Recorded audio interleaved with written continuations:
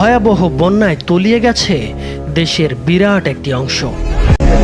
ক্ষতিগ্রস্ত হয়েছে দেশের 10 জেলার প্রায় 30 লাখ মানুষ। বন্ধ হয়ে গেছে চট্টগ্রামের সাথে পুরো দেশের রেল যোগাযোগ। মহাসড়কে উঠে গেছে বন্যার পানি, সৃষ্টি হয়েছে তীব্র যানজট।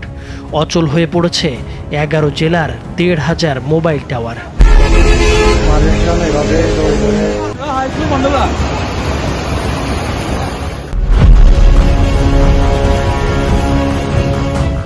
তবে প্রশ্ন হচ্ছে, এত পানি আসছে কোথা থেকে? আবহাওয়া সংস্থাগুলো জানিয়েছে, আগামী 24 ঘন্টায় দেশের উত্তর পূর্বাঞ্চল ও এর কাছাকাছি উজানে ভারী বৃষ্টিপাতের প্রবণতা কমে আসতে পারে। এ সময় বন্যা পরিস্থিতি প্রাথমিকভাবে স্থিতিশীল থেকে পরে উন্নতি হবে বলে জানিয়েছে আবহাওয়া সংস্থাগুলো। বাংলাদেশের অভ্যন্তরে প্রবেশ করেছে এবং অন্যান্য কারণ আপনারা জানেন।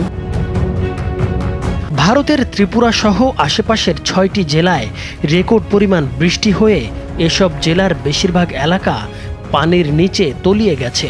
অন্যদিকে প্রবল বৃষ্টিপাত হয়েছে বাংলাদেশের দক্ষিণ পূর্বাঞ্চলের পার্বত্য অববাহিকাতেও। পরিস্থিতি মোকাবেলায় মধ্য ত্রিপুরার বিশাল জলাধার ডুম্বুর জলবিদ্যুৎ কেন্দ্রের স্ল্যাব খুলে দিয়েছে ভারত। এতে দেশের 10 জেলার 357টি ইউনিয়ন ক্ষতিগ্রস্ত হয়েছে। এখন পর্যন্ত 2 জনের মৃত্যুর খবরও পাওয়া গেছে। ফেনী ও কুমিল্লায় বন্যা পরিস্থিতির অবনতি হওয়ায় চট্টগ্রাম থেকে ট্রেন চলাচল বন্ধ রাখার সিদ্ধান্ত নিয়েছে রেলওয়ে কর্তৃপক্ষ। অন্যদিকে ঢাকা চট্টগ্রাম মহাসড়কের কুমিল্লার 14 গ্রাম হাঁটুপানিতে তলিয়ে গেছে। এতে ব্যাহত হচ্ছে সড়কে যান চলাচল। দেশের 11টি জেলায় মোট 1510টি মোবাইল টাওয়ার অচল হয়ে পড়েছে। ফলে এসব এলাকায় মোবাইল ও ইন্টারনেট যোগাযোগ প্রায় বন্ধ হয়ে পড়েছে। একদিকে নেই মোবাইল নেটওয়ার্ক, অন্যদিকে পানির প্রবল স্রোতের কারণে ব্যাহত হচ্ছে উদ্ধার কার্যক্রম। নেই বিদ্যুৎ সংযোগও। প্রয়োজনের তুলনায় অপ্রতুল সাহায্য কঠিন করে তুলেছে সেখানকার মানুষের পরিস্থিতি। এদিকে ভারতের বাঁধ খুলে দেওয়ার প্রতিবাদে ঢাকা বিশ্ববিদ্যালয় সহ আরও 2টি বিশ্ববিদ্যালয়ে বিক্ষোভ সমাবেশ করেছে কয়েক হাজার শিক্ষার্থী। সমাবেশে শিক্ষার্থীরা বলেন, উদ্দেশ্য প্রণোদিতভাবে বাঁধ খুলে দেওয়ায় বাংলাদেশে আকস্মিক বন্যা সৃষ্টি হয়েছে। তারা বলেন, ভারতের সাথে 54টি অভিন্ন নদীর মধ্যে 19টিতেই অবৈধভাবে বাঁধ তৈরি করেছে ভারত। গ্রীষ্মকালে কৃষক চাষের জন্য পানি পায় না, কিন্তু বর্ষায় পানি ছেড়ে দিয়ে বাংলাদেশে বন্যার সৃষ্টি করে ভারত। চারিদিকে এমনিতেই পানি, তখন তারা বাঁধ খুলে দেয়, আমাদেরকে পানিতে ডুবে মরতে হয়। এই হাসিনার ফ্যাসিস্ট সরকার ছিল ভারতের গোলাম সরকার।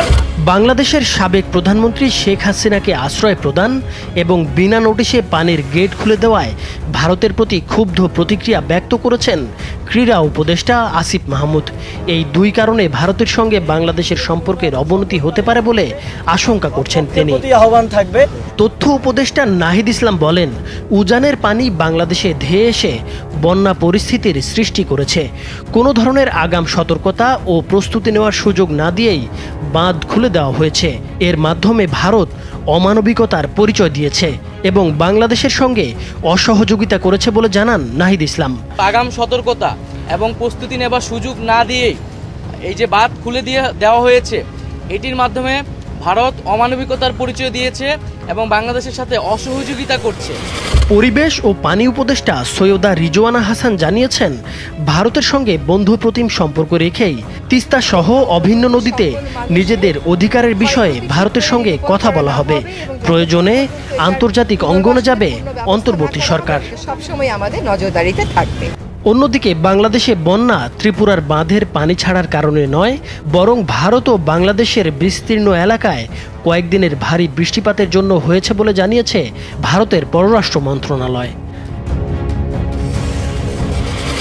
বাংলাদেশের বন্যার্তদের উদ্ধারে সেনাবাহিনীর পাশাপাশি কোস্টগার্ড, বিজিবি, ফায়ার সার্ভিস ও স্বেচ্ছাসেবীরা একযোগে কাজ করছেন। পানিবন্দী ও ক্ষতিগ্রস্তদের জন্য 1359টি আশ্রয়কেন্দ্র খোলা হয়েছে। এসব আশ্রয়কেন্দ্রে প্রায় 18,000 মানুষ এবং প্রায় 4,000 গবাদি পশু আশ্রয় নিয়েছে। বন্যা কবলিত জেলাগুলোয় ত্রাণ বিতরণ কার্যক্রম চলমান রয়েছে। 6 জেলায় ক্ষতিগ্রস্তদের চিকিৎসা দেওয়ার জন্য 309টি মেডিকেল টিম কাজ করছে। বন্যা কবলিত সব জেলায় মোবাইল নেটওয়ার্ক চালু রাখার পাশাপাশি দ্রুত টাওয়ার মেরামতের জন্য নিজেদের সব দপ্তর ও সংস্থার কর্মকর্তা কর্মচারীদের ছুটি বাতিল করেছে সরকারের ডাক ও টেলিযোগাযোগ বিভাগ। এছাড়া বন্যা কবলিত এলাকার সঙ্গে সার্বক্ষণিক যোগাযোগের জন্য বাংলাদেশ স্যাটেলাইট কোম্পানির সহায়তায় 5টি ভিস্যাট ফেনীর জেলা প্রশাসকের কাছে পাঠানো হয়েছে। প্রস্তুত রাখা হয়েছে আরও 5টি ভিস্যাট।